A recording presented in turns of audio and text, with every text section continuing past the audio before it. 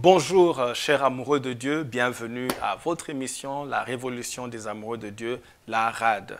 Une émission vraiment conçue pour nous équiper à aimer Jésus-Christ, l'époux, tombé passionnément amoureux de lui.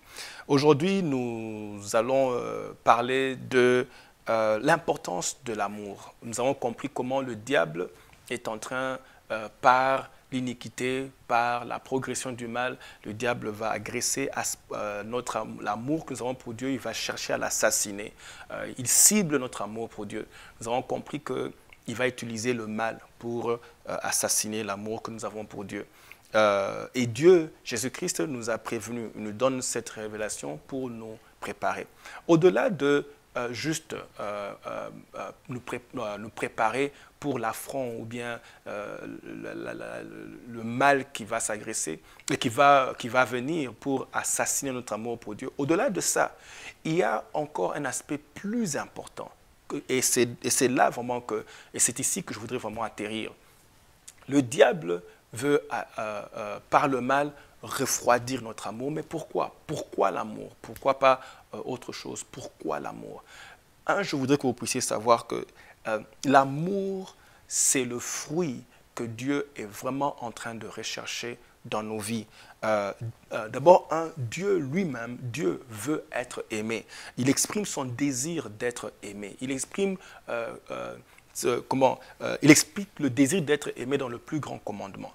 Il dit dans le plus grand commandement, Matthieu 22, 37, « Tu aimeras le Seigneur ton Dieu de tout ton cœur, de toute ton âme, de toute ta pensée. » C'est le plus grand commandement, c'est le commandement qui a le plus grand impact sur le cœur de Dieu. Dans ce commandement, si vous voulez, dans ce commandement, Dieu explique, il exprime son désir d'être aimé. Dans ce commandement, il est en train de dire, il n'est pas seulement en train de dire « aimez-moi », bien seulement de donner un commandement, mais il est en train de dire, d'exprimer son désir. Il dit qu'il veut être aimé. Il dit « je veux être aimé ». En fait, il est en train de dire « aimez-moi ». Il est en train d'exprimer son désir d'être aimé.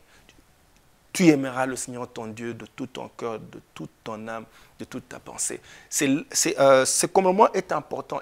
Et moi, je dirais ceci. Si Dieu veut être aimé, c'est que ce qu'il fait dans l'homme, tout ce qu'il est en train de faire dans l'homme, c'est pour l'amener à l'aimer. Tout ce que Dieu est en train de faire dans ta vie, tout ce qu'il est en train de faire maintenant, tout ce qu'il est en train de faire dans ta vie, tout ce qu'il a fait dans ta vie jusque-là, c'est pour t'amener à l'aimer. Moi, je dirais que Dieu a tant aimé le monde qu'il a donné son Fils pour nous convaincre de l'aimer. En fait, il a sémé son Fils pour, en fin de compte, récolter des amoureux.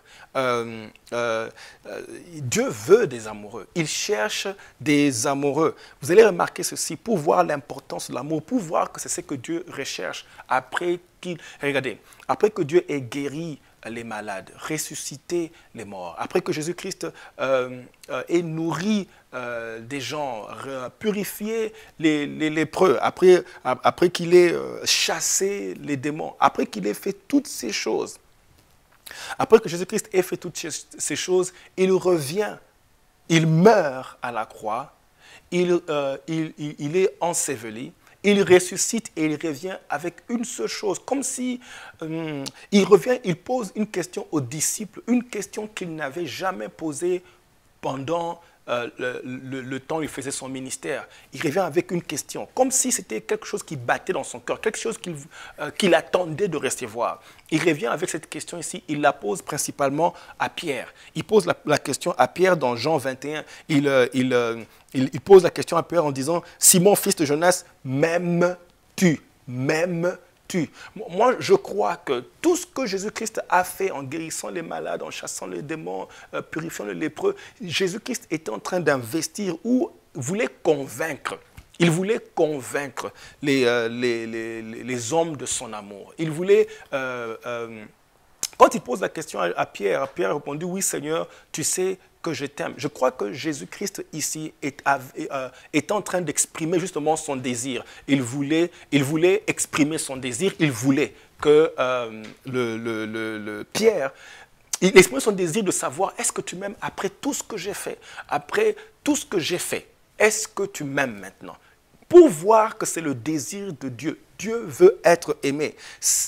Il cherche l'amour, donc tout ce qu'il a fait, c'était pour recevoir l'amour. Donc l'amour, c'est le fruit que Dieu attend ultimement. L'amour, c'est le fruit que Dieu attend ultimement. C'est-à-dire qu'après avoir investi dans ta vie, tout ce qu'il a fait dans ta vie, il veut récolter l'amour.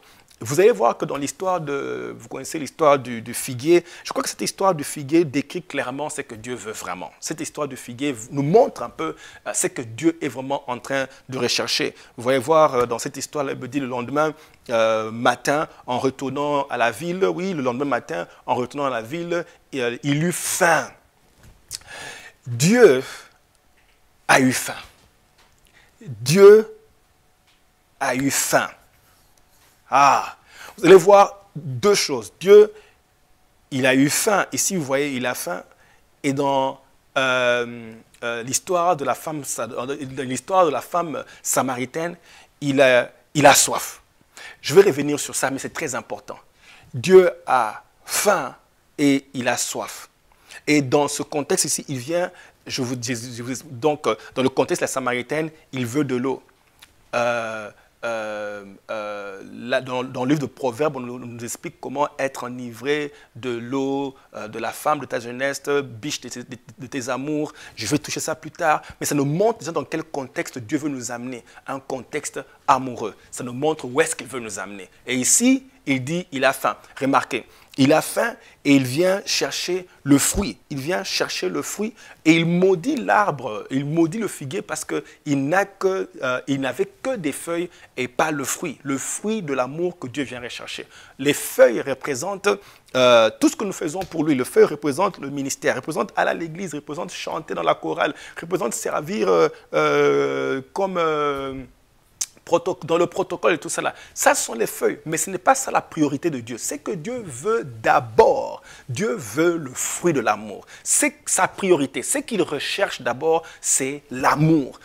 Ce n'est pas le service. Remarquez ce que Jésus-Christ a dit à Pierre. Il dit, Pierre, m'aimes-tu? Et quand Pierre dit, oui, Seigneur, je t'aime, il lui dit, paie mes brebis. C'est-à-dire que servir vient après aimer. Tu dois aimer d'abord. Pour Dieu, la priorité, c'est aimer. Il ne dit pas, Pierre, m'aimes-tu? Oui. Pierre, est-ce que tu veux me servir? Pierre, est-ce que tu veux aller? Non, non, non, non. Pierre, m'aimes-tu? D'abord, ce qui est important, c'est d'abord, est-ce que tu m'aimes? Si tu m'aimes, alors tu peux me servir. Donc, pour Dieu, la priorité, c'est l'amour. Je vais vous laisser ici. Nous allons ensemble vraiment méditer sur ça. Est-ce que je sers seulement Dieu? Est-ce que je l'aime? Parce que tu dois servir parce que tu aimes. Mais la priorité pour Dieu, c'est l'amour. Nous allons revenir sur ça prochainement. Que Dieu vous bénisse. Merci encore de nous avoir rejoints et à plus tard.